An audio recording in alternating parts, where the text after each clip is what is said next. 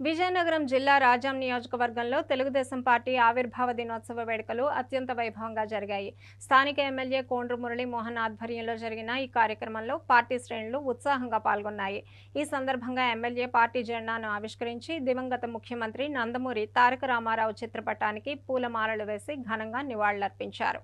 అనంతరం ఆయన మాట్లాడుతూ ఎన్టీఆర్ తెలుగుదేశం పార్టీని స్థాపించి నేటికి 44 ఏళ్ల విజయవంతమైన ప్రస్థానం పూర్తి చేసుకుందని కొనియాడారు.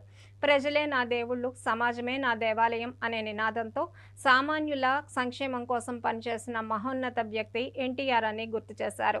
రాజకీయాలంటే కేవలం అధికారం మాత్రమే కాదని, అదొక సామాజిక బాధ్యత అని చాటి చెప్పిన పార్టీ తెలుగుదేశం అని వివరించారు. నిరంతరం ప్రజల పక్షాన ఉంటూ పోరాటాలు సాగిస్తున్న తమ పార్టీ ఆశయాలను ముందుకు తీసుకువెళ్తామని స్పష్టం చేశారు. ఈ సందర్భంగా పార్టీ అభిమానులు, కార్యకర్తలతో కలిసి ఆయన ప్రతిజ్ఞ చేయించారు.